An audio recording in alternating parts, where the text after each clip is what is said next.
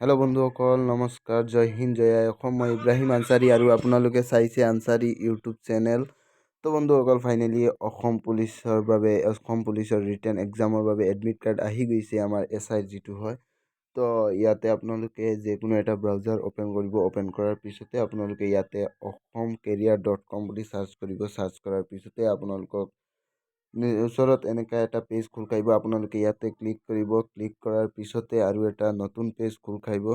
ইয়াতে আপোনালোকে অলপ তললৈ স্ক্ৰল কৰিব। স্ক্ৰল কৰাৰ পিছতে ইয়াতে অসম পুলিচ এডমিট কাৰ্ড বুলি আছে, ইয়াতে ক্লিক কৰিব। ক্লিক কৰাৰ পিছতে অলপ নিচলৈ স্ক্ৰল কৰিব। স্ক্ৰল কৰাৰ পিছতে আপোনালোকে ইয়াতে চাব যে যিটো আমাৰ SI written exam admit card বুলি লিখা আছে, ইয়াতে ইয়াতে ক্লিক কৰিব।